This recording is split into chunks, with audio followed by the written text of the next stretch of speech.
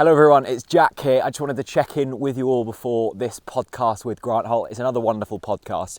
I must say so myself with our former number 9. He's on fine form, as he always was on the pitch. I also want to thank The Athletic for sponsoring another episode of the TalkNorwichCity podcast. They make it possible for us to record these. The Athletic is a wonderful website with all of the best football writers, including Norwich City correspondent Michael Bailey, who writes brilliant columns on there all of the while. So head over there. There will be a link in the description, a sign-up code. You can get 50% off, which includes a 7-day free trial as well. So if you sign up with the 50% voucher and still don't like it, you can cancel within 7 days for absolutely nothing. It works out to about £2.50 a month.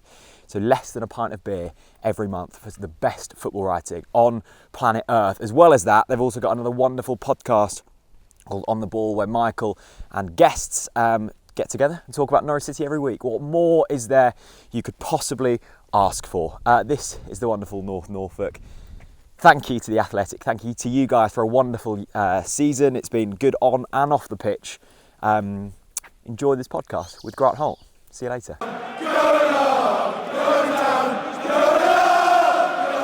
Hello and welcome back to the TNC Podcast. How are we all doing? Delighted to be able to welcome Norwich City legend, one of our finest ever strikers, Mr. Grant Holt. How you doing, mate? Yeah, good. Good to see you. It's early doors, isn't it? It's Sunday and it's like It is early. You dragged me up early. Yeah. What trying to tell me? You were out last night. Yeah, I was out. Yeah. Good night. Someone's 40th. Yeah. It was Oh, good was night, it? actually. Yeah.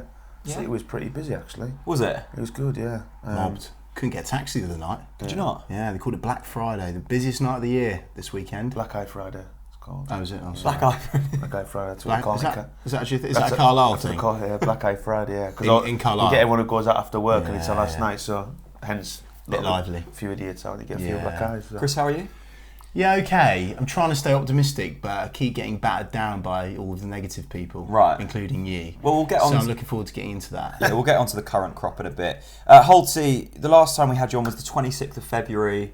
It was still this year, and you were doing your wrestling. Yeah. How did that go? We were there actually. That was a good day. I loved Fight it. there. I found it so fun. Who's the really fat guy?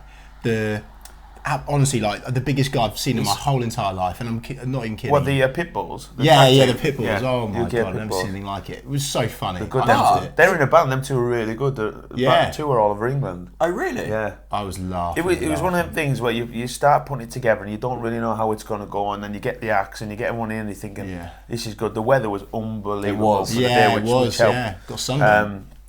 Went on a little bit longer than we thought it was going to, but it was really good. Like 4,500 there is nuts, really, when you think about it, for a wrestling event in Norfolk. So we're unlucky, actually, because the club got... we just missed out because we were up for an award for the use of a ground. Right. At the commercial awards, then we literally missed out. I don't know who won us, but it was obviously someone we wished. Shame. And Rob Butler got a steel chair over the head, didn't he? Well, what better than that? That was brilliant. What better than that? Yeah, that was brilliant. And then he That hit was him back with it. And Yeah. No, that was good fun. What are you up to now? I heard you were acting or doing something. And you're it's walking the boards, is it just called? doing everything. Is it walking the boards? No, I was in the panel the other night, which is good, being a postman. So He's behind you. he's behind you. Woo. Is it because you always deliver? That's right. Oh God. First class. I don't know which one we're going with here. It was part of the Norwich City link up with the theatre. So me being me, always gets the good jobs. And Yeah. it's like, right, commercial, right, off you go. A commercial ambassador, go and be on the panto. I loved it. I absolutely loved it. It's like one of them things when you go behind the scenes and stuff and walk around, you don't really get that sense of it. And then when you get behind, you see how much work goes on. And to be involved, it's brilliant. So Dick Whittington, I think it is next year, so I'm going to have to start acting. I was going to say, get into the movies, Holty. I think you've got what it takes, you know, being you and The Rock together. I think that's a collaboration that the world wants to see. 39 nearly now, you know what I mean? I think I maybe just missed it. So have you kind of got to go home and learn your lines and stuff? I only have one line. So did you? What was the line? I've got 3 invitations for Hard Hall, Right. for Siri, Alexa and Cinderella. Oh, wow. That was it. Oh, a bit of right. banter with Tune, got a little bit of stick obviously, which I knew I was gonna, but it was good. No, good fun. Good. Let's go on to the football. I thought it would be good fun because I feel like it's going to get slightly negative later. Let's celebrate the decade because this podcast will probably be our last of the decade. wow. And it'll probably be the last time I see you before. Well, fine, my day. Before Christmas in the new year. Wow. Just like to thank all the fans out there if you don't see me in the new year. So let's make our starting 11 from 2010 to 2020. Yeah. So let's start with the goalkeeper, shall we? Yeah. Well, it has to be Ruddy. It does have to be Ruddy. Does it? Yeah, of course it does. You can't give it to anyone else. Are you agreeing, Grant? I think so. I don't. I said I've been lucky. There's been some good ones there. Obviously, Tim being there now, Fraser Foster for a season. But I just thought you can't see past John. I think for Angus? No. I think AG was in a squad that was like scraping by. You know, Madison really helped us that season. So I think if Angus was in a more successful squad for sure, but unfortunately he wasn't. So. I just don't think. For what John achieved for how long he was here, consistency, and the thing as well, from the start of when he came, the abuse he was getting at the very start, saying he's this and he's that, because he came in at a tough time after obviously Fraser being unbelievable the year before. Yeah, he was, John coming in, everyone wanted Fraser to come back, John came in. Yeah, I did, He had a little bit of a wobble at the start of the season, and he'll first admit, and then after that, he just got better and better and better. He was a mainstay as well, like, at the end of the day, think of his individual performances, what you will, but for me, even in the Premier League, it was a guaranteed 8 out of 10 performance, guaranteed. And for a goalkeeper to have that at that level when you've come from the level that he was at is very impressive. I think everyone forgets as well. He's gone from Championship all the way up to getting an England cap. Yeah, exactly. Play for England. Do you know what I mean? So you can't argue with it. I don't think you can. Okay, so Ruddy goes in. So we'll go with a normal back four. We won't do any of these fancy kind of 5 at the back. Well, surely we're going to do the Farker style. That's we're going to have to do it, Daniels. Do you agree with that style? Well, you're going to have to do it that way, aren't you? Do we? Yeah, come on. We've got to play that game. Or should we go Lambert style? Well, then you're changing decade. Well, you can't do that. Who was the best manager of the decade? Then you can go Chris Hughton, and then we can do... Do you think Chris Hughton was the best manager of the decade? No, we're not about styles. We're about styles. No, hang on. Manager of the decade. No, we'll get on to that. Come on. Yeah, we've got to pick the formation. Yeah, Grant, you pick the formation. What do you want? I'm going to go with the Daniel Farker style. We'll have to go with 4. We'll go 4 at the back. Yeah, we'll go 4, yeah. Okay, so who's our right back then? For me? Over the decade, yeah. We'll have to say Russ, aren't I? Well, I was thinking Russ. I'm just going to end up saying my whole team. The thing is, Max... I think because Max has only had the year, then I can't stick him in. Do you think if Max was to stay at Norwich as long as Russ, he would eclipse him? He'd be very close to it, yeah. At what level? But me too. If he continues to play the way he is and the way he keeps doing it, make it look effortless and stuff. The age he's at as well is so impressive, isn't it? I think that the difference with Russ, I think everyone forgets when he came how young he was. And I think everyone forgets that's true. That he came from League 2 and he'd been non-league.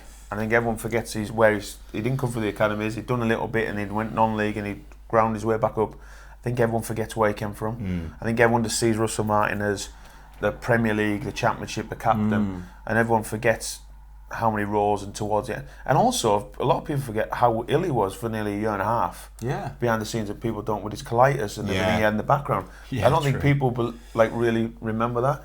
I think if Max keeps continually doing what he's doing, he's gonna go very close. Plus, I also think a lot of people associate Russ, maybe the younger fans, as being a centre back, and that was never his strongest position, was it?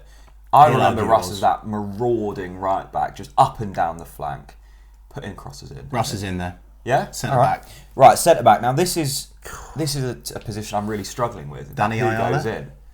Ayala was a good player. Danny was good. What? Come off it, both of you. You're gonna laugh. Danny was good. What are you going about? He's came from Liverpool. He's in the game. He was in the Premier League, and he's still playing the Championship. Did you rate him for Norwich? Honestly, hand on heart. Well, but I've seen him behind the scenes as well. Yeah, but and he's another one though. It's very difficult when you play. Jerome put him on his arse in the playoff final. I said it all. Yeah, well, he can do that to most people though, can't he? Yeah, true. True. He's a strong old boy, to be honest. But the thing with them, like, it's difficult to say stuff about them because they didn't play enough.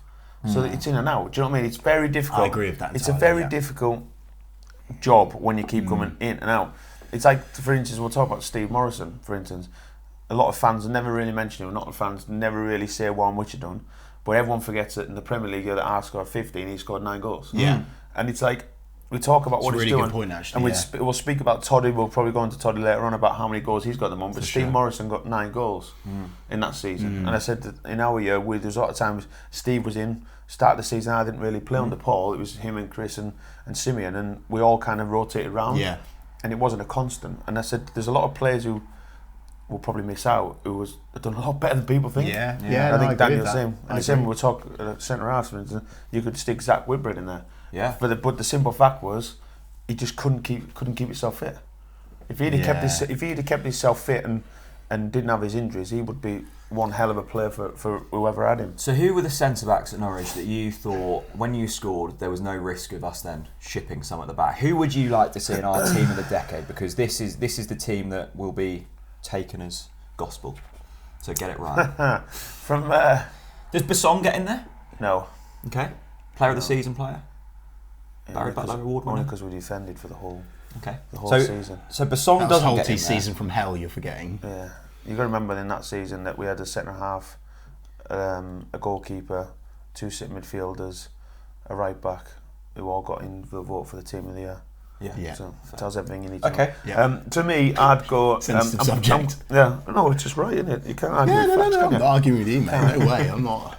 And I wouldn't say, the thing is with Seb, he wasn't in there enough. Not me. He played one year, played the next, and then wasn't really in it. I am struggling with centre backs. I'm putting Ben Goffrey in there, out of shadow of a doubt. Really? Team of the decade. Yeah. Wow, love that. Love I'm that. putting Ben You really Goffrey. like Ben, don't you? Yeah, it's just, to me, Ben Goffrey epitomises what Norwich City is. I love that. He's a kid who comes through. Yeah. He's been grounded when he went to York. Mm-hmm. He's come in. He's bought into the club. Yeah. He's went out on loan to Shrewsbury, and grabbed it with 2 hands, playing in centre midfield, and was brilliant. Came back. His plan that they designed for him was perfect. Right. Came back. Came into the team. Did you design the plan? No, I wish I did. Yeah. You wouldn't be here if we did. Came back in the team, done exactly what he says. He goes in, you put him in, you can play him centre half, you can play him. Yes, he's prone to mistakes at times because he's still a little bit naive in playing centre half, but I think everyone forgets as well he's a sitting midfielder. Yeah. That's what he was, and then he's been thinking. So for me, you'd be hard pressed to look at the way he came in last year, performed, the way he's performing this year. I don't think there's many that you're going to look and say are better than Ben Goffrey. I trust him. That's the thing. There's been so many teams, even going back to when Holt was playing. There's all of the centre backs. I've not trusted. I trust Ben. I think he's got such a wise head on such a young pair of shoulders. I think he's so mature. I think he can read the game really well. I think he'll go very far. I think you're right. Do you think we'll struggle to keep hold of him? I think he'll struggle to keep over anyone who does well. That's always the Premier League way, isn't it? And I said this before, if someone starts knocking and offering you 35 million quid for Ben Goffrey, are we in a position to do that, to keep him? And that's the hardest thing. It's like, as a club, and I don't care what anyone says, it'd be the same as Villa if they go down. John McGinn will be talked about. Jack Grealish will get talked about again. Hourahan, people like that in their team will get talked about. And it's the same with Sheffield United. Obviously, they're doing well at the moment. I can't see them going down. But we know for a fact if Watford go down, Troy Deeney's probably going to get moved. Do you know what I mean? There's people in there. I tell you what I like about Ben as well. He scares me. Yeah, literally scares me. Like, honestly, he frightens me. And I was going back through my team of the decade before we started, and actually the only real solid centre backs that I remember prior to this decade, you got Malky and Fleming, who were absolutely like Stalwarts, they were like you were not getting past them 100%, but they scared me a bit. And Ben Godfrey literally scares me. I think that's an important element to have as a centre back. Don't mess with me, if not I'll floor you. Yeah, but he's got both, hasn't he? He's got the strength and he's got the pace to get back in. Agreed. Well, we still need another centre back. I mean, I feel bad kind of putting Zimbo in there because then that's 2 from the current crop. There's got to be another centre back. I'm putting Michael Nelson in there. Oh, and like that. Heroic as well, by the way. I'm putting him in because similar to me playing again with him and being around, it just simply, you knew what you got. Like you said, he would head it if he needed to. He'd take one in the face if he needed to. He'd scissor kick one in the top corner. All of a sudden, then he had a header.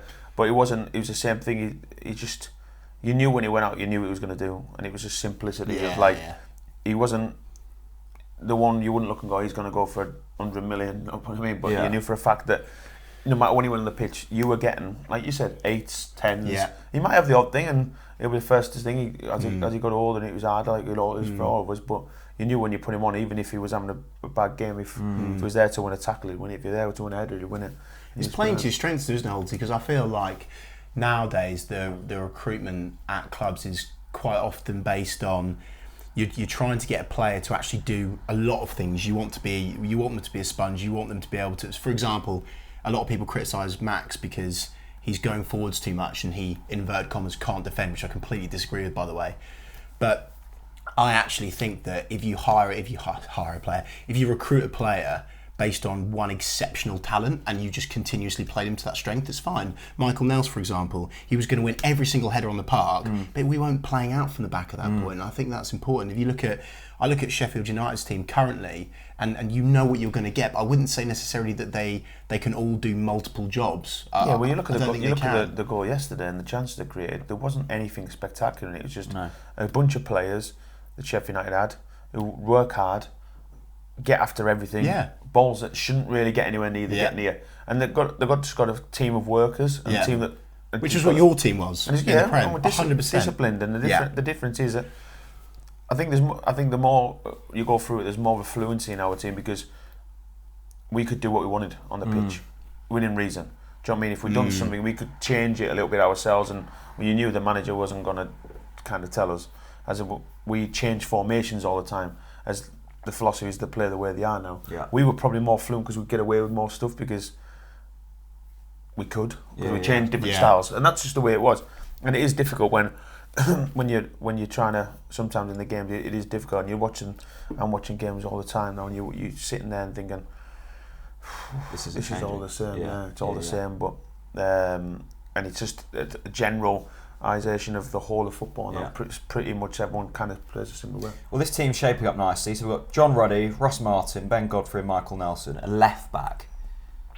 Now, one of my favourite ever Norwich City players was Mark Tierney. I thought he was a brilliant left back. Yeah, he was. Yeah. Does he get in the team of the decade? Where's Drury getting in here, by the way? Well, he's definitely going to get in before Mark Tierney. Oh yeah, but was he in? Drury did go past 2010, didn't Drury, no argument. I'm just getting my time frame. Yeah, he was there with us in the Premier League. Yeah, that's true. Drury, no arguments. There's not even a debate. Drury's in there. He could get in both decades, couldn't he? Yeah, he probably could. He probably would. He actually would, by the way. He actually probably would. Same for Wesley. Yeah, he'd actually get probably in both decades, I think. Yeah, there you go. Of course. All right, into. Because he's that old. I'll get that gig in just in case he watches it. Is he? I was listening back to the podcast we filmed last year, and we were saying, "Oh, is Adam still playing for?" Is he back fit now? Because both him and Hucks were out injured. Yeah, they're back playing for Cringleford now. Are they? Cringleford Vet, yeah. Gone up against them recently? Highest level. I haven't played at the minute, so I'm not playing for them this year because I'm too busy. So I've not done. Retired last year at Horsford, winning the league and the cup. So someone once told me I always go out on the top. So. Are you googling Adam? I'm looking at all sorts of special players here. You're going through the list. So let's go to a midfield. Right, I know what you're going to say. Yeah, so he's gone through the list, and he's going to say sitting midfielder. Yeah, and he's going to say Alex Teddy. I think it. Which is going to massively divide all opinions. Is it?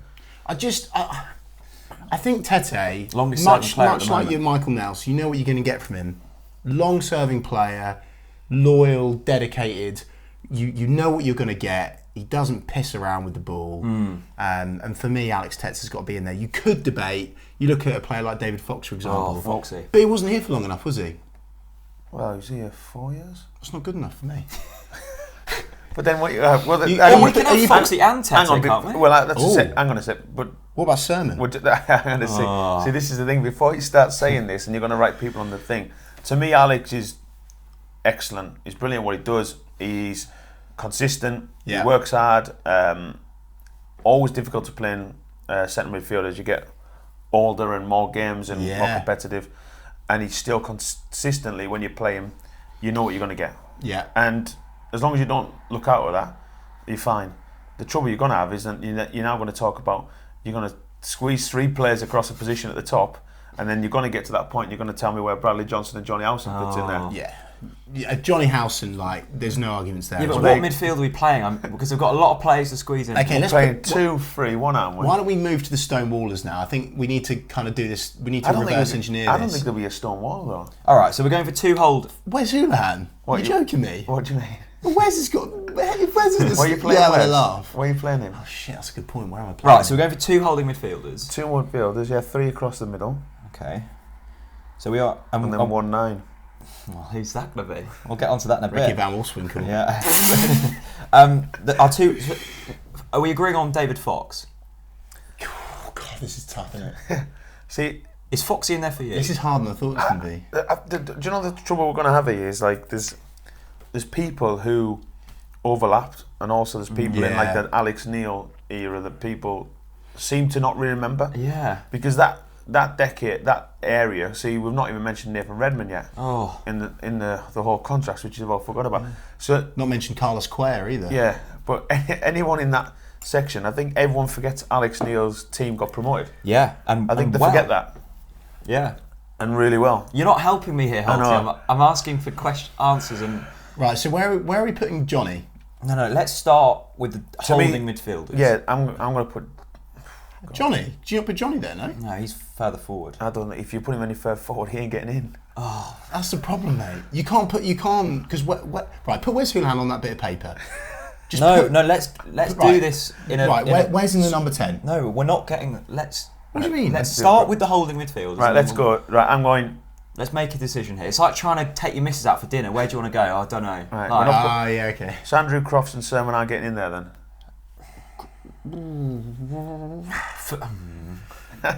Right, who's going to be least annoyed about being pissed off here? On my team, anyone I don't put in. Like, who don't you mind annoying? I'm going to put I'm going to put an Alex Tetty in there just for the simple. I was only with Alpha 2 yet, but I'm putting him in there for the simple reason is that he's been there and he's done it consistent, and he's been in our team, done a job. Alex Neil's team, done a job. He's now in the current this year, done a job. Yeah, there's a reason he's not left. That a lot. True. So he's in. So Tete's in. Next to him, I really want to get Foxy in there.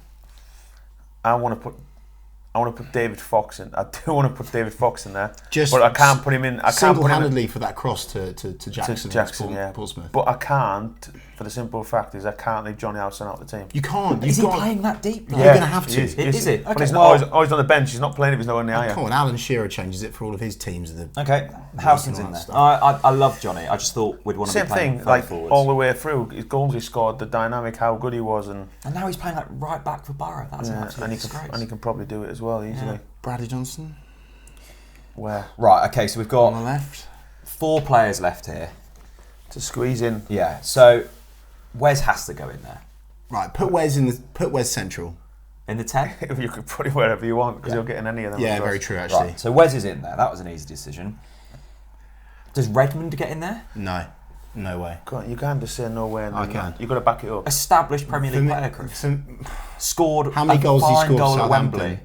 I know, and I love and respect him for that goal at Wembley. But for me, the end product wasn't there enough. Like I really respect him. So who goes in there I get instead? him. I like him. I would personally put Bradley Johnson out on the left. And I know people, but Bradley Johnson, all of those crucial goals. Like it's like Johnny Howson. You can't not put Bradley Johnson in that team for the decade.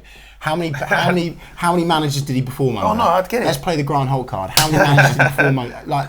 I'd get him. I'd put him in there. I'd put him in there. But it depends if we're going to do it as a team where you're going to play, or we're just putting names in for the sake of putting names in. We've tried really hard to be like tactically. No, we haven't. Here. Have we? I think so. Yeah. Holty has. We haven't. In which case, you got to put Ricky Vanwells. I'm joking. Right. Put this guy up front. Oh, we'll get to that in a moment. Does Johnson get in there? You got to put Bradley Johnson in there. Who else did you play Robert with? Snodgrass. Oh, great shout. Yeah, great shout. But Snoddy had such a love-hate relationship with the fans. I think. He's not good. Yeah, I love Snoddy. I agree with that. Mate, I'm his biggest advocate. I wish he'd stayed. I miss him. You can't put him big time because the fans didn't like him. But Bradley Johnson over Robert Snodgrass all day long. Sorry. Do you agree, Holty? Too crucial. Engine, proper leader. We lacked that. I'll put Bradley and go on. All right, Johnson gets in there. You really didn't want to do that, did you? It's just because I'm looking at the team thing and there's a lot of Wes in. I'd put him anywhere, to be honest with you. He's going to steamroll teams. So now we need a right-sided kind of winger. We've had some good ones over the years. Redmond. Hernandez has scored some big goals. Hernandez and Redmond. Who else have we got? Well, you're missing Madison. Oh, we've missed Madison. We've missed Madison out of the team. Can we just put James out on the wrong? No. You can't. Okay, Wes over Madison, it has to be. I said this before about Wes and Maddie. Maddie will go on to have an unbelievable career because he's that good. The difference is, like I said with Wes has gone all the way through and done all of it. And but you could say Maddison has Coventry, Aberdeen. Yeah, but I don't mean that. I mean in terms of like at the present second, Wes has done it all through his time, and he's gone through with Norwich. And I said, if there's no doubt, if Wes had done it earlier, he'd have gone to one of the big ones, and it'd have been even better. The same as James would. Wes should have went earlier than he did, but he just, by the thing, it just didn't. Yeah. If it was this day and age now, he'd have gone in a heartbeat because someone had plucked £10 million for Norway and thinged him. He was probably a bit too outpriced back in the day, to be honest. Any players you really want to get in Holty that you played with for Norwich? No, there's loads you could stick in there. What about Simeon Jackson? I'm sticking Simeon Jackson by number 9 anyway, so it's fine. Okay. What? Oh, come on, Grant. What? Yeah, you can't say yourself. I get that. It's an ego thing. Chris Martin. Chrissy Martin. You can't put Chrissy Martin out on the right. Banned from every pub in Durham. You can't put Chris Martin. He was banned from every pub in Durham. Was he? Yeah. Let's put that to bed. He was. No, it wasn't Durham. It wasn't Durham. It was Beccles. I think. Yeah. Beccles, Durham, probably them all. You can't put Chris Martin out there. I'd still think since Huck's left, which is beyond this decade. Obviously, he's well old. I never said that. He said that. You wanted to say that. It's still probably playing now. We've lacked that, and I think if Hernandez could play.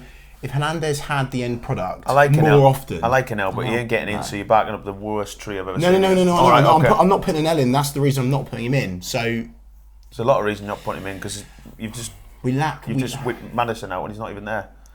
Maddison goes in there, surely. He can play anywhere, can't he? Just put him out on the right. Maddison. Yeah, go on. Now this is... So we need a number 9 now. Now I'm struggling to think of a decent number 9. Good old. Are you in, Holty? I think you're in. Michael Bailey did this on his podcast. What did he put? Now they were split between Pookie or you. Did they? It's opinion, isn't it? You said last season that Pookie would score 30. He got to 30. Now all he's got to do is score 15 in the Prem. Does he score 15 in the Prem this season? Yeah, I've already said he scored 15. Yeah, I said he'd get more than 15. For me, because of the way they play. Okay. For me, until Pookie gets those Player of the Season trophies, for me, he's not done it. So Holty's it's big GH up top. Okay, Holty's in there. I think he'll do it. I think he'll get the goals. Is that a decent team? Yeah. So we've got Ruddy, a hell of a team. Russ Martin, Ben Godfrey, Michael Nelson, and Adam Drury. That's a solid defence. Oh God, yeah. Tete and Howson. No one's getting past those two. Maddison out on the right. Naughty. Wes in the middle. Johnson out on the left. Lacking pace, you could say, in behind the striker. Yeah, but in the Premier League, you've got to Holty shut up up shop a top. little bit, haven't you? What do you mean lacking pace? Yeah, you've got Grant Holt just in this little bit. You know what I was laughing at the other day? Do you remember that goal against Arsenal, Grant Holt versus Per Mertesacker? Literally took half an hour, that one-on-one. Scored it though. Scored it though. Oh yeah, but it was just hilarious. I loved watching it. We have to run from the deep. We don't have to stand up front, do we? Yeah, true. Should we get on to the current crop of players? Yeah, let's. How's it going? Holty, have you seen much of the boys this season? Yeah, I've seen bits. I'm doing the game on Boxing Day for Amazon, so I'm doing. So I'm going up there, which I'm quite loving. I've seen them last week against Sheffield United. Thoughts? In the Sheffield United game, just a bit naivety. I said that's our biggest problem at the minute, and I said they're learning on the job, and I've said this to loads of people. It's tough when you go in there, because every day you're learning on the job. You're not.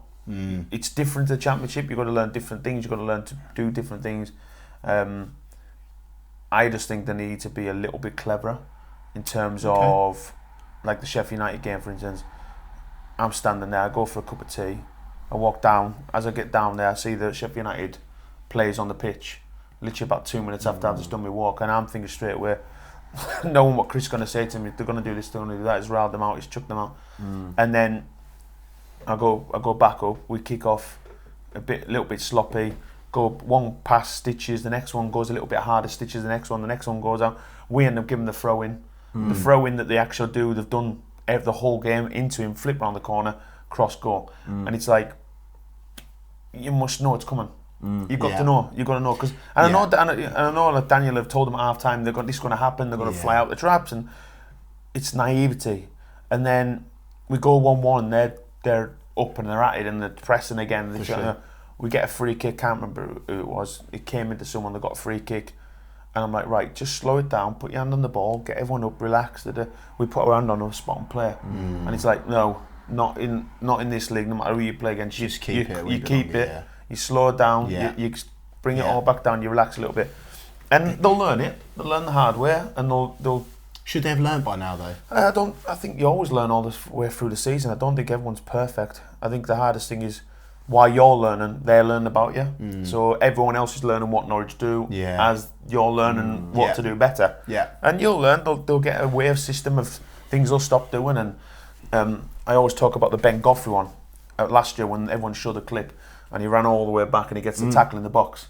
That doesn't happen in the Premier League. Yeah. Because by the time he's got back in there, they've got 4 people who's run past Ben Goffrey and they stick the ball in the back of the net. So do you think the problem is, at the moment, the defending and not going forwards? Because actually, the results of late, for me, we've just not taken our chances. Yeah, and that's it. For you, it was we'd always score more. Well, it comes between both sides, isn't it? You're open up, you're not taking the chance, and it kills the whole dynamic. If you don't score, if you don't take them, then you're under pressure all the time.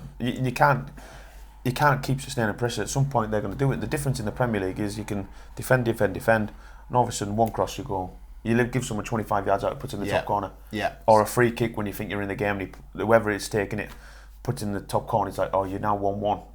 We shouldn't be. So, what was it about you boys when you first came up? Because very few of you had Premier League experience up until that point, similar to the team we've currently got. But it felt like there was a bit more of a streetwiseness about you, and like you knew how to grind games out. I remember vividly games against Arsenal and Manchester United. You get that 1-goal lead, and it never felt like we were going to lose from that point. Yeah, I think we just had a group of lads who'd done it. The tasted success. Yeah, and it wasn't just look what they've done last year was unbelievable. No one, and I said our biggest advocate and applaud it for what they'd done last year to get up for no one give them a chance. Pretty similar to like we did. No one gave us a chance, but we'd have the year before to know it was like winning week in, week out to build on it. The difference is we had a group of lads who've been in League 1, League 2, lads who have achieved a little bit of promotions. Right. Nelson had won one, Matty Gill had won one. I'd been in and around it with playoffs, won it with Forest. We don't speak about him anymore, by the way. Who? Matt Gill. We don't talk about him. I've seen him in a minute, actually. Well, after this. I'll pass him my kindest regards. Why? I'm joking. So we had people who'd done it, and we had a group of lads who knew what it wanted. We always knew that the only way we were ever going to get the Premier League or anything was by winning stuff as a group. And as a group, we knew how to win. Yeah. And we were clever at doing stuff. So can you teach that? You just learn it. Or is it just a... I think it's just people leading it a bit better. It doesn't help when we've got a young group of lads. That's what a lot of the boys who aren't in there are all injured. You know what I mean? Like, I said Grant was in there yesterday. Tim's not about, but it's all right having the people in the background, but you've got to be on the pitch. You can tell them, but if no one's screaming at people, like we had certain stuff where we change stuff, we do stuff. I was telling someone this about yesterday. We take a tackle, so say it was in the far right corner and we were under pressure, real pressure, and we got out, and they got out, and it was in their foul. We'd find it clear, a big long ball, we'd go after it, and I'd probably push into someone or whatever, and he'd go over. Yeah, it's not. We're not doing that. Blame him. Yeah, but we ain't doing that I ain't doing that just to go. I've pushed him over for a free kick. We're doing it because we're under pressure. Yeah. A little bit like when a boxer grabs. And you take the foul. You then maybe fall over. You then maybe have an argument with the lad on the floor. You then have a moan at the referee. Yeah. All this is killing time. Yeah. Why they're having a chat. Yeah. So there was never really. If you ever watched a lot of it. Do you think we're too nice? Do you think we're too nice? I don't think we're too. Do you mean to be more nasty? I don't think it's the nastiness. It's just being clever. It's knowing when you're under real pressure. Like, how do you stop that pressure? It hurts me to say this because I really hate Chris Wilder, but I've been so impressed with Sheffield United this season, obviously, as has the footballing world. And I definitely liken that team to this geezer's team. And I think it's part of what Grant's saying about the gamesmanship, the being clever, the being more solid, being more of a compact unit, seeing games out. And obviously, I mean, Sheffield United have got more points than you had at this stage in 2012-13. Why was it that...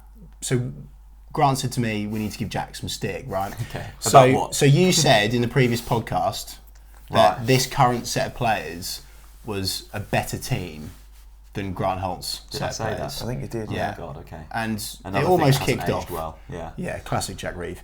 So after 18 games, so far we've got 12 points. After 18 games under this geezer's unit, 25 points. Sheffield United, I think, at this point of recording on 28 points, something like that. Did we really have 25 And I just, I agree with our recruitment policy. I get it. I understand it, and I know they're a young team, but I believe in them all. I definitely think we're good enough, 100%. But I like where Grant's gone with the screaming thing. And it sounds so simple, but for example, you had Johnson, you're up top. I think Teemu Pukki is a very different type of leader. Tim Krul, I think Tim Krul has got a similar skill set in terms of leadership that you boys had, but there's not enough of those. And I think it's hard to have that when you've got such a young up and coming, even like Emi Buendia. People forget Emi Buendia's age. He's a very, very young player. Matt Tarrant's Ben Goff, which one? You forgot his age because that's why we've not said his age. Emi Buendia, no, he's 23, isn't he? 23? Is he 23? I'm pretty sure it's he's 23. Look, you only learn. He's 23. You only learn by experiences. It's like anything, like you learn by experiences. And I said they are a young team. He's 22. There you go. He's 22. I think everyone forgets how young the squad is. Yeah, and not just the team, the squad, and by that I mean everyone around it. Yeah. Do you know what I mean? You got like obviously Grant in the back, Tim been around. You got Closer. You got all them lads around it, but no one's really Zinnemann. First time he's been at any sort of level. Yeah. Do you know what I mean? And I know it's a lot of them. You can go through the whole thing. Tom Tribal never been at that level. Yeah. They don't know what it's like, but they can only learn. The one thing I would say, I always say this about the Premier League: you get to Christmas, and everyone's got an open. After Christmas, you've played near enough everyone. Yeah, because we're now about to start playing again. Like Crystal Palace, I think is the first time we played. So everyone's played everyone. Yeah. So now, when they open a document, they could tell me everything about a player, what Buendia does, what Campbell does, what he does, what they do. That's when you go again. That's when you need to be better than them. So when they think they know what you're going to do, then you're going to open them up. And that team's learning. Same with Sheffield United. Everyone thinks they're out the water. Now they're done. They've got enough points, but you can easily go out in that league. I seen yesterday the next 2 away games. They just broke the record for not being a beat away. Got Man City and Liverpool away. Yeah. So that record's going. Yeah. If he doesn't, agreed. If he doesn't, he should get. If Chris Wilder does the next, you can put this up. If he wins the next 2 away games, does not get beat in the next 2 away games, he should get Manager of the Year there and then. 100%. Yeah, no, I agree. He should get it. I agree entirely. Stop the thing. No matter who wins it, he gets it. I don't care if Klopp's won the Super Cup, the league. Chris Wilder gets it. But I said, you're still in a position. I think everyone, the doom and gloom that's gone around about where they are at the moment, there needs to be a realisation of the current crop. 1, how young they are. Yeah. 2, the depths where a lot of the players were in terms of level to where they are now. Yeah. The lads we're relying on is 22, 19, 20. Literally relying on them. Yeah. Because they're playing week in, week out. Yeah. So, but where do you want to be? Do you want to be fighting in the Championship again this year and doing it? Or, my head that scrambles me with it is you get all the old layers last year and everyone's happy because you get promoted. I get it. You've enjoyed it, right? You've done it. Daniel's... Yeah, you had a few pints, as did we all, Yeah, as we did. Everyone enjoys it. It's a great day. Yeah. Why can't people just enjoy this year?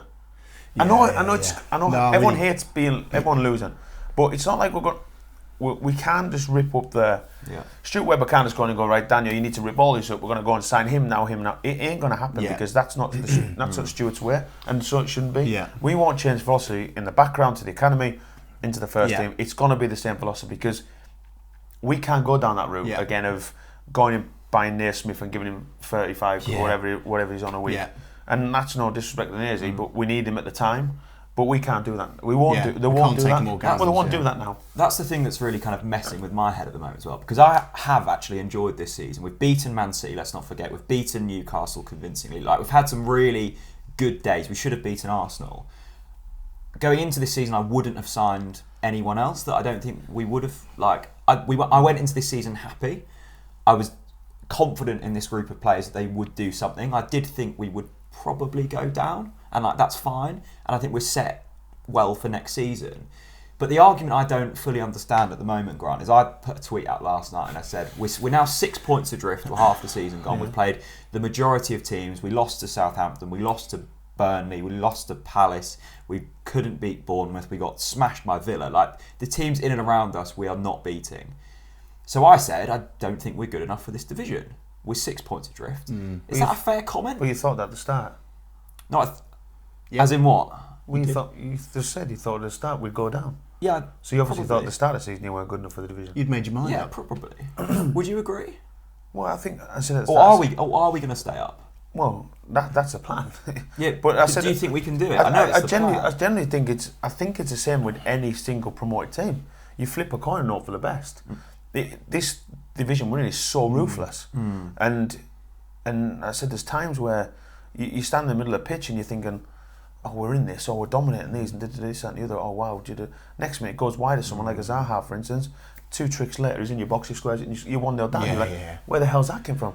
You've got to be ruthless going forward, because if you don't put your chance away, you ain't getting back in it. Yeah. And that'll be Daniel's frustration this morning, that we had the chance in the first half, we didn't see them off. Yeah. You see Wolves off, a very good side. The chances, even if you're 2-0, Wolves can always get back in it, because they've done it to Man City and the likes. They're a good side. Yeah. But you've got to finish them off, because at some point they will attack and defend. And the key with the Premier League is, when you get 1-0 up, when you get 2-0 up, everyone turns into a counter-attacker team. The lighter does. If they go too much, you go 3 and 4. You beat them 3 or 4-0. If they kind of sit in a little bit, and you'll still win your 2-0. Yeah. And that's the difference. You look at like a Palace, or even in Newcastle. Yes, once they're ahead, them teams are good enough to see out a result. Yeah. Okay. And that's the trouble at the moment. We're going ahead. We're not seeing people off. And there's two. It's look. You have to take the positives out. We weren't knowing they looked yesterday. We had the chances. If we weren't getting chances, you'd start panicking. I thought we played quite well on but the whole. but you've got to take a second, and that'll be the frustration from Daniel and everyone. But we've still got the second half of the season. I think I understand the meaning behind your tweet yesterday, but for me, I think there's far too many people waving the white flag too early.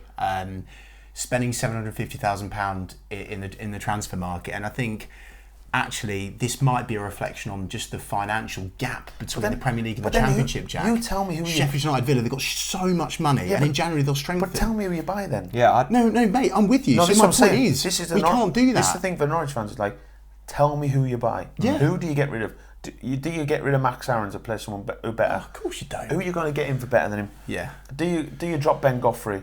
Do you drop Zinnerman? No. You've got Sam Byron, who's keeping Jamal loose out of the team. Yeah, he's been excellent. Because he's been excellent. Yeah. So you've got Jamal sitting there on the bench now. Yeah. You've got Pookie, who you ain't going to change because you keep scoring. Buendia's kind of looks like he's getting his form back. He's the last 4 weeks. He's been excellent, but he's stopped doing his mistakes and learning not to flick the ball inside, and it gets turned over. Yeah. He's learning, Yeah. and like I said, it's about learning the game. Toddy keeps coming in and scoring and doing well, and now when he's been in, he's good. So you ain't going to get rid of any of them. Yeah. And then you're looking at number 10, McLean's been in there, Kenny's been there, he's scored. So it's like, wait.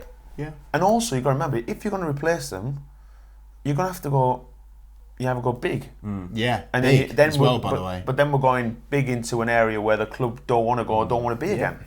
That's the thing that's annoying me, is we're clearly struggling in some department because we're 6 points adrift, we're near the bottom of the table. But I don't know what we change. So I've got no leg to stand on. The thing is, I see us a little bit at the moment. This is the comparison I see how football go. As we are like Spurs in terms of the way we are. You'll look at Spurs and go, right, Harry Kane is playing when he's fit. Yeah, he's playing. He's playing. More in and out, plays when he plays. Eriksen in and out when he plays. You do some. You ain't going to bring someone in. Do you know what I mean? It's very similar. The back four of the top, all them. Whoever you're going to buy now is the lighter is going to come and sit in behind them, right? And they're going to push them, but they're not going to be like. That's why Spurs never went out and went, right, I'm going to go and buy that front centre for over 35 million quid, just to sit behind Harry Kane. And that's the trouble we've got now. The squad that we've got are good players. They dominated the Championship last year. To buy a lot of our players now, you're looking at 20 million quid for predominantly most of them. So it's like, where do you strengthen? I think what we've maybe gathered from this is it's just that experience thing. You learn you've got to let it play out. The thing is, it's everyone sees the narrative of if we go down, that's the end of the world. The reality is, 5 years ago there was a plan started to develop the training ground, to get it all done, to get a team that's successful and build the infrastructure of the academy to the first team. Yeah. So in 5 years' time, when we're in the Premier League, we'll be in a good place to be able to fight and bring people all the way through. Yes, we're ahead of the curve, aren't we? We're ahead of the curve. We're going earlier than before. Yeah. If we went down again, this year, which isn't, everyone thinks it's a disaster. It isn't a disaster. You go down because anyone can go down. Yeah. We've seen that. No one would have put Watford near the bottom. Yeah. This year, no one would have put Watford. No one would have put Villa in the bottom in the bottom 3 6-7 weeks ago because everyone was raving about how well they were doing. Yeah. But they've got a good side, and it's Southampton. Everyone was get rid of your manager. They've now creeped up again. That's this league, and it only takes 2 or 3 results, and then you're out of trouble. I mean, we got that great result away at Leicester. 2 wins. Exactly. It's always 2 wins in the Premier League, though, isn't it? Making me optimistic again. It's always this 2 is what wins. I wanted on my Sunday morning. Yeah, but it's 2. It's never over. It's over. It's the same thing we talk about when Chris Hughton and Maria. We went 10 unbeaten. Yeah. We didn't get loads of points. Yeah. Because a lot of them were draws. Yeah. We went 10 unbeaten. Yeah. But there was a belief of like, I can't believe we did we're doing so well. I can. But it was getting points. We can do it. It's way too early to wave the white flag, Jack. I think. I'm not saying. But I also understand, to be fair, the argument why a lot of I'll call them old guard Norwich fans are frustrated is the fact that we've had this opportunity so many times. We've come up to the Prem. We've not spent. Dealer's not putting enough money. Dealer hasn't got the money. But also, we can't sell the club until it gets to a point. But what's spend though? What is the spend? It's like, what do you want to spend? It's like when I came in League One, just about to go into administration because they spent to stay there. Yeah, they tried to stay in the Premier League to stay there, and it didn't work, and then they struggled. That's the trouble with it. It's like, how do you want your club to be? Do you want it to go down the route of Bolton? Well, exactly. And do you want it to go down the route of Bury, where it is the worst of the worst? Do you know what I mean? It's like you can't compete with that level. No. And I understand it's like staying there. You look at Bournemouth have stayed there, but you're looking at them. Look at their owners, Holty. Yeah, but look how much wages they pay. Yeah, exactly. It's my point. Do you see what I mean? It's like without him, if he takes out tomorrow, they'd be in big trouble. I don't think he's gonna. No, but at the same thing, I think for us now, I think as a football club, I think the way we're doing it is probably the right path we're on. The next step for me what needs to be is the training ground's done. They need to do the new stand. They need to get the stand done. They need to see that progression of that stand going up. We need to get up to 30,000 if we can as a club. Oh, definitely, yeah. We need to make that more corporate, boxes outside, a little bit more tailored for... but we can't do that if we're not in the Prem, Holty. Well, but then that's what I said, where is your progression then? So if we're saying in 5 years that's where we want to be, I think the money that we maybe aren't putting in or we are putting in, we need to get a realisation that eventually. Well, it's got to be done. It's got to be done, and we can't keep saying. To me, you're probably better doing it in the Championship because you're going to miss out on them fans in the Premier League. So it's the value between the two. You don't want to be in the Premier League and have your stand missing. Yeah. Do you know what I mean? So I think at some point they're going to make a decision. If we're in the Championship, right, that stand needs done. Yeah. That will take us from the next level to there. That's another. We would easily get 5,000 more fans. Oh yeah, 100%, without shadow. When you look at the way we are, that's the next progression. I think they've got to seriously, whoever comes in or selling it, whatever, that stand needs done. We, as a collective group of supporters, we all need to start taking more responsibility to be more positive. And it's pointless picking petty personal arguments on each other for an opinion. We all love the club. We all love Norwich City Football Club. And that's my pet hate at the moment. But my other thing is, I saw people yesterday criticising his. Like, I understand that you might think a player is under par, but to make comparisons to him and some shocking players, I mean, it frustrates the hell out of me. Anyway. We're a young team. We've got to be more positive, Jack. We're doing well. We're not doing well. No, we're not. But as a club, we're doing really well. Yeah, we're ahead of the curve. And I'm yeah. happy, so that's fine. That's you right. seem happy. As long as you're happy. Yeah, well, I'm happy enough with it. It's like, I see it in a different way. That's why I just see. No, of course. I try and see the longer game. I think too many do it the narrow a quick game. Word on Todd Cantwell as well, Yeah. because he's been bloody brilliant this season, hasn't he? Yeah, it's been tough for him. I said the stick. Yeah. I think everyone forgets the stick he got last year in the Championship when everyone was saying it was his fault and this and the other. Yep. And there's a lot of people probably eating a bit of humble pie with Toddy, to be honest with you. But he's just a good kid. Yeah. The thing is, Toddy gets his own rep because people look at Todd Campbell with the hair and the way he is and his dances when he scores, which are horrific, by the way. Oh, I love it. I think we need more celebrations like that. Well, that's it. Well, you're always a bit dodgy with VAR in it, just in case. But that's a different subject. But he's been brilliant. I said that I had a chat with him I was literally had a coffee with him to start pre-season and we sat down. He's like, I said, how are you? How was summer? He's like, yeah, I've been working hard. Yeah. And aim is to get in the team. And I said, well, you'll only do it by doing what you're doing. Listen to the manager and start doing a little bit more of what he wants you to do, and then go and express yourself. The thing is, Todd Campbell always said, some people are better in the Premier League. You get more time, you got more, you get more stuff, and he's got better because the Premier League makes you better. He's realised what it is. And no, I can't be happy. And I said, for a kid like him to be doing that is brilliant. Because he's a good old boy. We've had a few Twitter questions. Go on. The first one comes in from Joshua Burwood. Obviously, your old pal Russ is now managing the Milton Keynes Dons. Joshua asks, would you ever want to manage Norwich City if the opportunity came up? Not at the minute. I think everything's going on, but you never know in the future what happens. I'm kind of in the middle of doing all sorts at the minute, so I'm trying to get my knowledge better. I'm doing recruitment at the moment, doing scouting, I'm doing TV, I'm kind of doing everything. So acting, wrestling. Well, not wrestling at the minute, I've been too busy, but acting. But I said I've kind of put the coaching on the back burner for a little bit while I'm doing all the recruitment stuff and trying to learn that angle. But at some point I'd like to go in and do it, I think. Yeah. I said it's always a difficult one. Would you ever want to take them? I always say, if they offered it to somebody, how could you ever turn it down? To talk about Brian Gunn, instead about Brian, he got offered the job. How could you ever knock it back? Because you'd kick yourself if you didn't take it. Who would be your assistants? Would Russ be your assistant manager?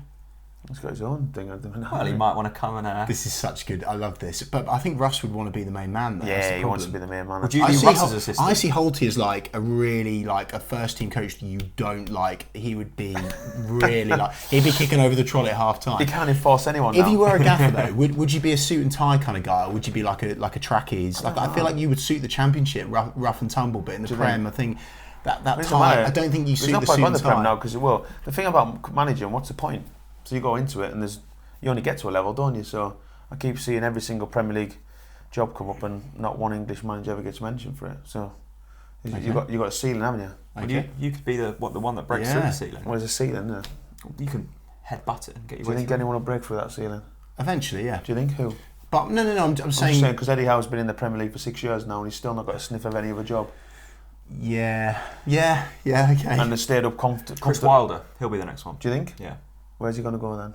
Well, he should have got the Arsenal job. He should have, but he didn't. Yeah. There you go. Hey, Chris Wilder or Mikel Arteta? Chrissy Wilder. So there's an easy question for you then, I'll chuck it back to you. So Gareth Southgate, England manager. Yeah. Tell me what your thoughts are. Of Southgate or England? Well, Southgate now. I think he did a cracking job in the World Cup, didn't he? Yeah, perfect. I think now in the Euros you've got to be winning, haven't you? Yeah, but then so there we go. So we've all said he's done a cracking job. We've got the England job done really well. Would Gareth Southgate managing the Premier League get a top 4 job now? No way. No. See, that's your thing, isn't it? Well, is he better than Klopp?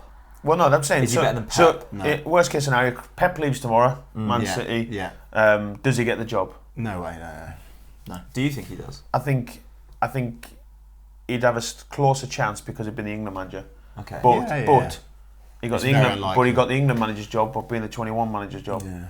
He didn't go from a big top club into it, and that's my argument. It's like he's had to defy expectations to then get in that realm. Yeah. And it's like the same with like Sean Dyche, for instance. How Sean Dyche isn't getting even an Everton job. He probably wouldn't, but an Everton job, they ain't even getting ones for that level now. Yeah. And it's like how as an English, yeah, but of course he is. But as an English manager now, you think well, your shelf is you've got to go up with the Premier League, and that's it. Yeah. And that's the trouble. You got no matter how well Chris Wilder does. I think everyone forgets to talk about Chris Wilder. Sure. Sean Dyche got Burnley to Europe. Yeah. And still can't get a sniff of a job. And there were people on 606 when I was listening to it the other week. I think they just lost to Southampton or someone. They were saying Dyche out. Yeah, but the style of football we play isn't good enough. But he never gets mentioned. He never gets mentioned. And the thing about Sean Dyche is he gets a big rep, and everyone says he does this 4-4-2 Dyche, this and the other. He's had to do it because that's his team. Yeah. Just because if he went to Arsenal doesn't mean he's then going to go. We're going long ball at Arsenal. He's got the players. Yeah. But he'll never be given that opportunity. I don't think. Yeah. And Sam Allardyce hit the nail on the head in the week. I was going to say, you've got the same opinion as him, haven't you? I just think we need to get out this thing that there's a ceiling of where our managers can go, because no matter how well they do, maybe change your name to Grantiola. But then where's it going to? Well, why should you? Maybe you'll get a chance. Anyway, who would be your assistants? Norwich come calling. Stuart's on the phone. Holty, we need you in, mate. I have to wait and see who's in the job. Or is Wes coming back? Be a long way off. I don't know. Have you spoken to him? Is he coming back from Australia? Is he? Well, if he's quite happy in Australia. If you phone him and said, "Join yourself over there." Wesley, I want you here on the training ground. He's not done any badges yet. Well, it doesn't matter. You can learn on the job. Well, you're going to make sure, that's a conversation when you've got the job if you win for it, isn't it? You need to know who's there, really. Okay, so who's your dream assistant? I don't know. You don't know at all? I don't think about it. Will Brahamovich, I reckon. Yeah. Any other questions? Without be the video, actually. Yeah, Christopher Stone simply says, Happy Christmas, Grant. Oh, I love that. And a happy Christmas New Year as well. Merry Any 2020 plans? No. None at all? No, not really. Okay. Just work hard. Do stuff. Do stuff. No, I love that. And the final one was... there wasn't many, was there? There wasn't loads. I think everyone's down everyone for too missed busy day. sending hate out to... Yeah. Is that what it was? Probably. The final question comes in from Craig Killett. Wes or Emmy? Yeah, it's a pointless question, really, isn't it? Emmy. Wes. He was good yesterday, though, Emmy. I seriously need to say something because, I was frustrated with Emmy. Right. I was. And I think that Daniel Farke did the right thing resting him and taking him out for a couple of games. And now he's come back, and I do genuinely feel like he's learned his lesson. I was more impressed with Emmy yesterday for his defensive work, which I never say because I'm Chris Reeve. The Emmy Buendia tackles yesterday, the tracking back and actually using that Argentinian flair to his advantage and nipping away at people's heels and stuff. That's what Holt is saying. We need more of that all over the pitch. And actually, I saw Todd against Adama Traore, by the way. David versus Goliath, ridiculous. He's big, isn't he? But he's nipping at their heels and he's winning the tackles. And I think actually Emmy can take that on board in his game, and he can definitely deliver. Exceptional player. If he can do it consistently, I genuinely think we're fine. Second half of the season, we're now playing teams for the second time. And how many times in this first round of games, we'll call it, have we gone, oh, that was close. We almost had them plenty of times. And we play the teams around us more at home. I think we'll do so much better. I think there's more. The thing I'd say is there's been more oohs and and we should have beat them. Do you know what I mean? What's the difference between an ooh and an oh? And it's like that little we should have scored, or we could have scored there, or if we'd only done this. But that means we're close, right? Well, that's what I'm saying. That's a good thing. There's not many times this year you went, far rubbish. Yeah, exactly. Maybe West Ham away. Yeah, I agree. And Villa at home, and we had Burnley away. 9 play. Yeah, but even then, there's not that many where you thought. But we've been close a lot. Yeah, but if he'd scored, look, Burnley for instance, they had 2 chances to score, didn't take them, and then they scored the 2. Yeah. Do you see what I mean? Yeah, we had the best sure. 2 chances, and that's the difference. Like you're saying, it can flip on its head. You turn them into 2-0 up there. We've won that one. Yeah. And the good thing as well for the lads is you're knowing what to do, so you know what Palace do a little bit because you've been against them. Yeah. But they know what we do. Yeah. But the difference is Christmas is massive. Without putting your 2020.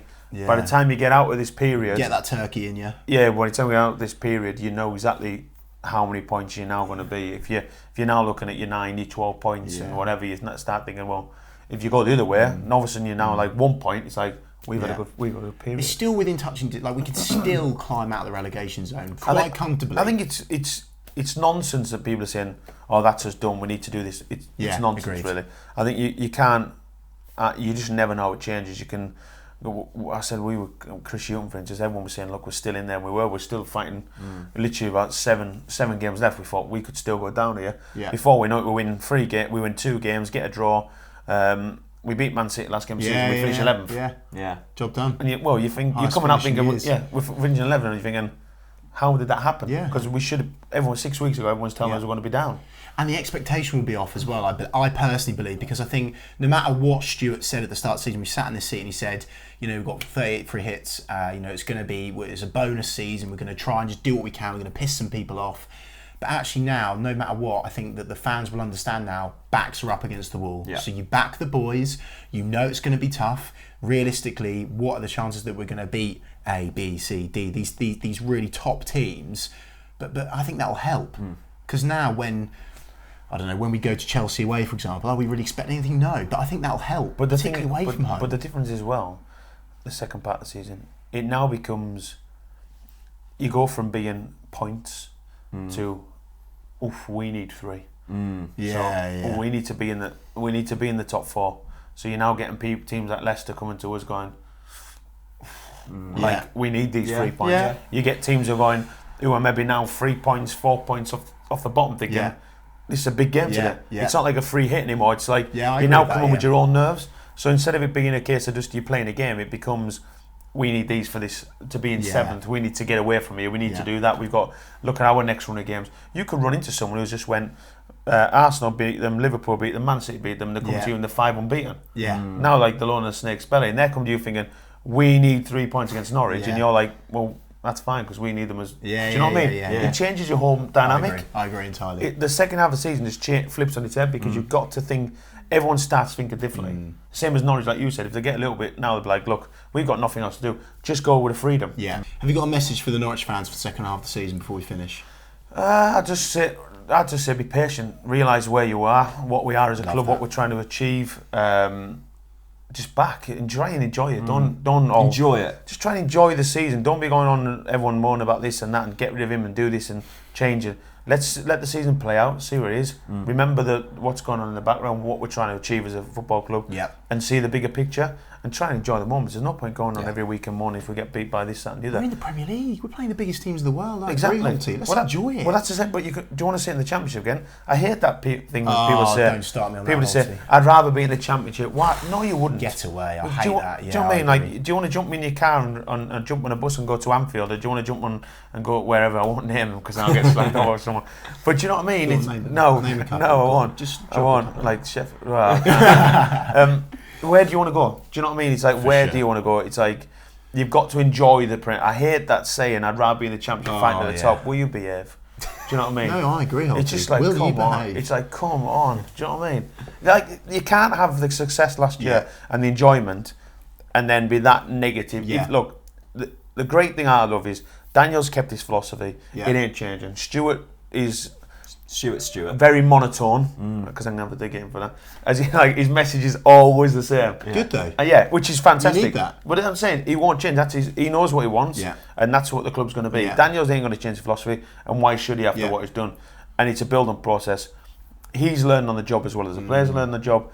But they've got to see what the club's doing. We've got to get out this mindset of always getting fixated on wins, fixated on the table, and looking at a bigger picture, because there's so many clubs that they'll go for that high and they'll fail and fall flat on the face. I literally don't look. I love that message. I don't look at the table until Christmas every single season. I promise you, I really don't, because there's no point getting obsessed with it in the first half, particularly when you're in the Premier and you're desperate to survive, because you'll just go and cry every night. I think if you're sitting there and you're watching games and going, we ain't creating chances, we can't keep a clean sheet. The lads they don't like going to fight. The manager doesn't know what he's doing on the sideline. He changes from this formation, he changes that formation. We can't get the best out of him. He can't do it. They can't do this. That's when everyone will start to think, well, hang on a minute. I can see why you're moaning about it. But we're playing good football. We're moving the ball well. I agree. Are we being a little bit inconsistent? Yes, probably because we're naive a little bit because we're young. We're playing a philosophy that suits us. We've got young lads in the team that we should be proud of. Are excelling more than anyone thought they'd ever do a year ago, and the positive's bright. You know what I mean? You've got to keep looking at that way. If it was all bad, then there'd be something to worry about. But it's not. But it isn't. There's a lot of things we're doing right. Brilliant. That was a passionate plea, Holt. That was brilliant. Love that. I'd be getting into public speaking. That's it. Yeah, that's the next thing. Conservative. What is it this afternoon then? See, let's not go political. Christmas shopping next? No, done all that. You've done it all? Yeah, done all that. Job done. Job done. You've done it all as well? Yeah. I book a day off every year and I just do Christmas in a day. Job done. Don't mess around. That's Monday, I think. Yeah, it's on Monday. Yeah. We're all done. So they've all been packed off to the man with a beard and a jacket. Saw Santa the other day actually at Plumpton Racecourse. Was it good? There was 2 of them there. Was there? So I think he's got a... Did you have your beer goggles on? Do you want to change that just in case the 7-year-old sees that? You might want to take that bit out. No, Santa had come over from Lapland to Plumpton. You said there was 2 of them. Yeah. One of them was his brother. Yeah, we'll have to cut that bit out. Holty, top man. Killing Christmas for kids. Happy Christmas, Grant Holt. Happy Christmas to all of the Norwich fans watching and listening. Thank you so much for supporting the channel. I'll see your Boxing Day. Yeah. Oh yeah, on Amazon. Yeah, Amazon Prime. Yeah. Grant Holt, Amazon. Tune in. See you later.